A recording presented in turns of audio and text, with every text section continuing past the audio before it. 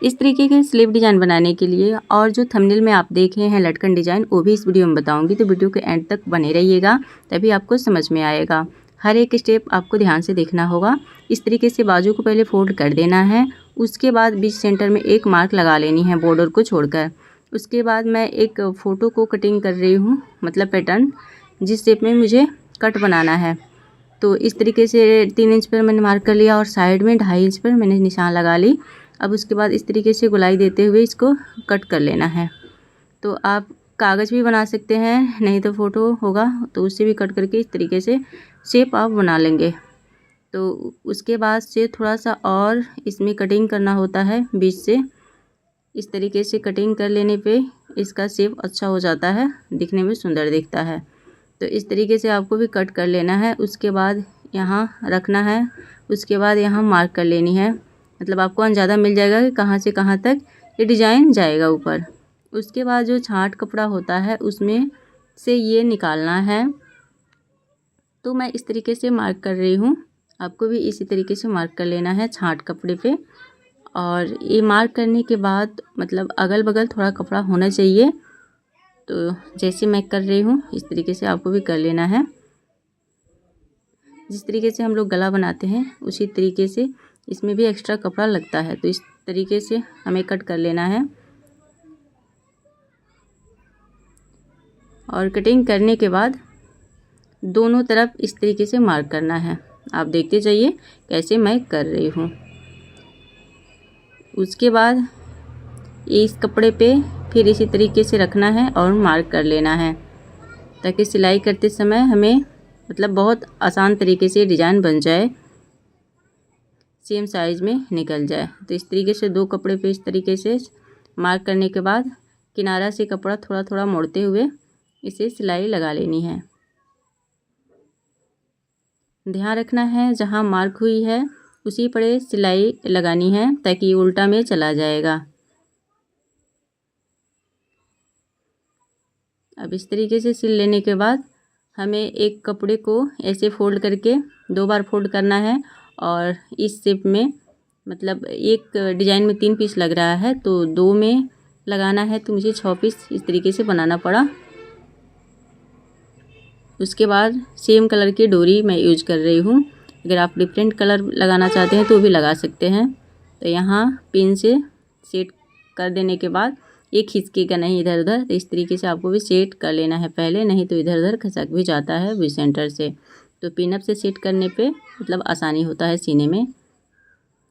तो अब देखिए सिलाई मैं इस तरीके से लगा रही हूँ, जहाँ जहाँ मैंने मार्क की हूँ उसी लाइन पे सिलाई लगा रही हूँ। और ध्यान देना है कौन जहाँ जिस तरीके से डिज़ाइन बना हुआ है उसी तरीके से घुमाते हुए सिलाई लगा लेनी है। अब सिलाई लगा लेने के बाद इसे मतलब धागा को काट करके निकाल ले रही हूँ। उसके बाद बीच में कट लगानी है, पिनअप को निकाल देंगे और उसके बाद इस तरीके से मोड़ना है और बीच में एक कट लगा लेनी है और इस तरीके से कट लगा लेनी है तीनों साइड में। और उसके बाद बीच में के सारे कपड़े को काट देनी है, काट के बाहर निकाल देंगे इस तरीके से। और फिर हमें छोटी छोटी कट लगाना है, जैसे आप वीडियो में देखिएगा, देख रहे हैं। इस तरीके से छोटा छोटा कट लगा देंगे ताकि ये डिज़ाइन बहुत अच्छे से मुड़ जाएगा, थोड़ा सा भी खींच नहीं पड़ेगा। तो इस तरीके से कट लगा लेने के बाद इसको अंदर करते हुए इस तरीके से पलट लेना है।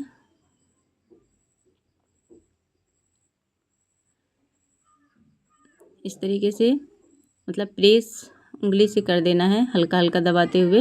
ये आयरन प्रेस हो जाता है बहुत अच्छे से, लेकिन मैं हाथों से ऐसे ही करके और इसको खींचते हुए सिलाई कच्ची लगा लेनी है, ताकि तुरपाई करने के बाद इसे खोल दिया जाता है।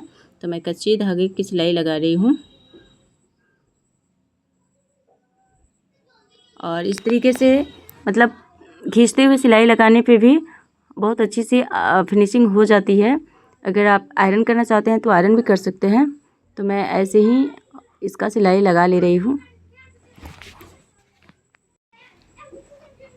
और चारों तरफ किनारा में सिलाई लगानी है। जिस डिज़ाइन से जैसे बना है उसी तरीके से सिलाई लगा लेनी है कपड़े को खींचते हुए।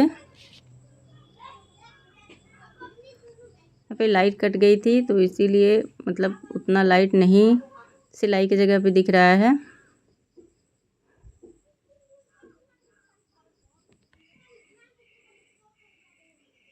सिलाई लगा लेने के बाद इस तरीके से हमें उलट लेना है। देखिए इस तरीके से शेप हमारा बनकर रेडी हो जाता है।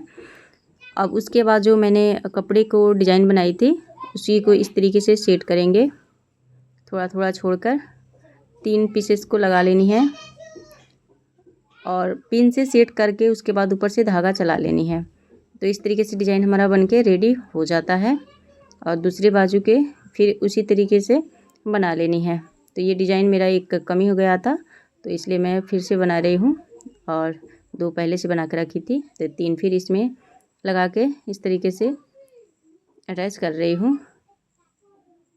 तो इस तरीके से आपको भी कर लेनी है और डबल सिलाई इस पर लगा देनी है ताकि ये खुले ना। उसके बाद डोरी लगाकर बीच में से इसे डोरी लगाकर और एक जगह पे तीनों में एक एक डोरी लगेगा और तीनों का जो मतलब नीचे वाला भाग है सब ज्वाइंट करके एक साइड में इस तरीके से अंदर की तरफ करते हुए यहाँ पे अटैच कर देना है। उसके बाद एक बटन लगा देनी है। अब लटकन बना रही हूँ। लटकन बनाने के लिए गोल मतलब कपड़े को कटिंग की हूँ।